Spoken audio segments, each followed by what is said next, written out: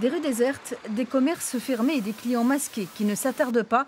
En centre-ville de Rouen, le scénario catastrophe du 26 septembre joue un peu les prolongations. Dans cette boutique, à 2 pas de la place du Vieux-Marché, le chiffre d'affaires est en chute libre. Moins 50% les premiers jours et moins 30% depuis une semaine. Après une année déjà difficile impactée par l'effet gilet jaune, c'est l'inquiétude la plus totale. On ne sait pas concrètement quoi faire à aujourd'hui. Moi, on n'est pas venu me voir pour me dire, voilà, Jérôme, il faut faire ça. Pour l'instant, non, je suis dans le flou, je ne sais pas vers qui me diriger. Un cas loin d'être isolé, à tel point que les associations de commerçants appellent à l'aide, sur les réseaux sociaux, mais aussi à l'adresse des chambres consulaires ou des organismes professionnels, parfois difficiles à convaincre d'intervenir contre Lubrizol, un des membres influents de leur conseil d'administration.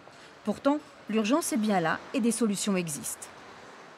Il ne s'agit pas de faire payer le gouvernement, il s'agit de demander à ce que les assureurs de Lubrizol puissent nous indemniser. Mais pour ça, on a besoin de faire jouer nos propres contrats d'assurance. Et aujourd'hui, visiblement, nos assureurs nous disent qu'il n'y a pas le cadre juridique ou administratif pour le faire. Le gouvernement a trouvé une solution qui, visiblement, pour les agriculteurs est très efficace. Eux perdent aussi du chiffre d'affaires.